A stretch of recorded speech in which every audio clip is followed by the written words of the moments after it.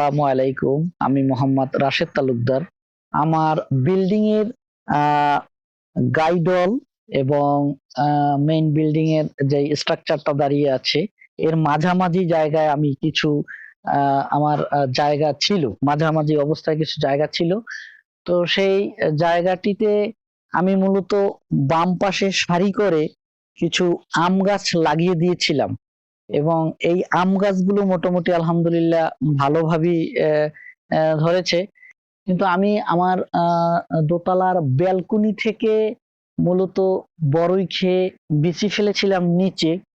সেই বিচির থেকে একটি বীজ দেখুন একটি বড়ই গাছে রূপান্তরিত হয়েছে এবং এই গাছটি কয়েকবার এখান থেকে ছাঁটাই করা হয়েছিল, কারণ আমি একটি এখানে সাবমার্সিবলের বসিয়েছিলাম। তো সে কারণে এই জায়গাটি পরিষ্কার করতে হয়েছিল। পরিষ্কার করার কারণে এই গাছটি এতভাবে কাটা হয়েছিল, আমি মনে করছিলাম যে এই গাছটি কোনোভাবেই রাখতে পারবো না। কিন্তু মহান রব্বুল আলামিনের বিশেষ কৃপায় দেখুন গাছটি একদম চারদিকে ছড়িয়ে ছিটিয়ে তার শাখা প্রশাখা খুব সুন্দরভাবে ছড়িয়েছে এবং মাশাআল্লাহ খুব ভালো বড়ই হয়েছে, খুব ভালো বড়ই হয়েছে।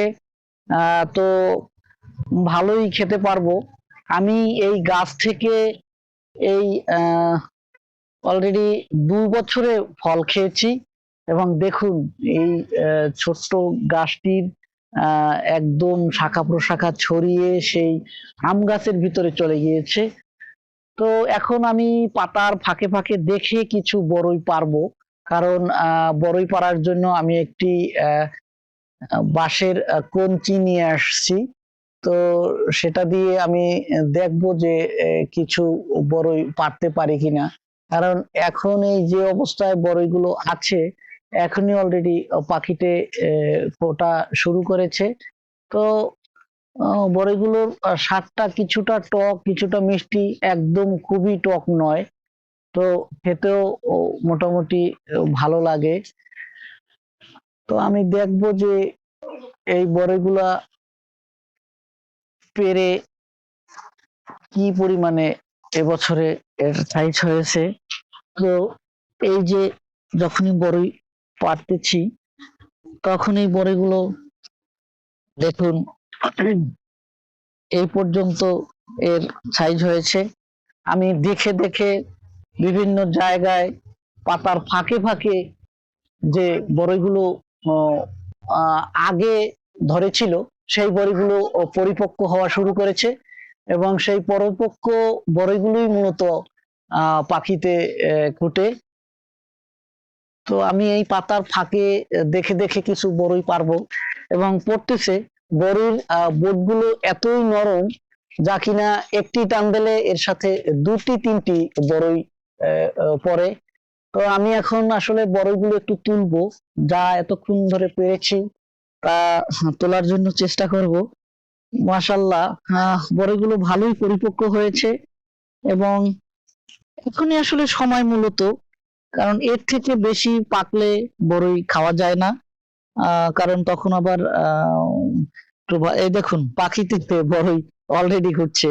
এটি মিষ্টি বড়ই না, তারপরও মিষ্টি বড়ই না হলেও একদম খুবই টক নয়। তো সে কারণে আসলে মূলত পাখিতেও এই বড়ইগুলো খেয়ে থাকে এবং ওদের খুবই পছন্দ।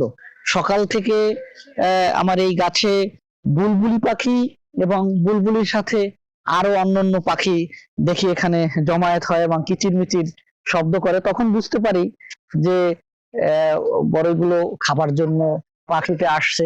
আসলে প্রাকৃতিক ভাবে এখন যে খাবার, পাখির খাবার একদম কমে গিয়েছে। তো তারা কি করবে, তাদেরও তো খাবারের দরকার। তো আমি যে বড়ই পেরেছি তাতে মাশাআল্লাহ এ পর্যন্ত হয়েছে। তো পরবর্তী কোনো ফল গাছের ভিডিও নিয়ে আপনাদের সামনে হাজির হব। মাশাআল্লাহ যতটুকু পেরেছি তাতে আমি খুবই সন্তুষ্ট, যেহেতু আল্লাহ পাকের কৃপায় আমি এই গাছটি লাগাইনি, প্রাকৃতিক ভাবে এই গাছটি এখানে হয়েছে। তো আল্লাহর কাছে লাখ লাখ শুকরিয়া। আজ এ পর্যন্তই। অন্য কোনো ভিডিও নিয়ে আপনাদের সামনে হাজির হব।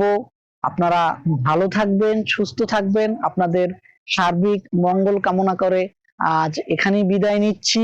আমার এই ভিডিওগুলো যদি আপনাদের ভালো লেগে থাকে তাইলে আমার এই ইউটিউব চ্যানেলটি সাবস্ক্রাইব করার অনুরোধ রইল।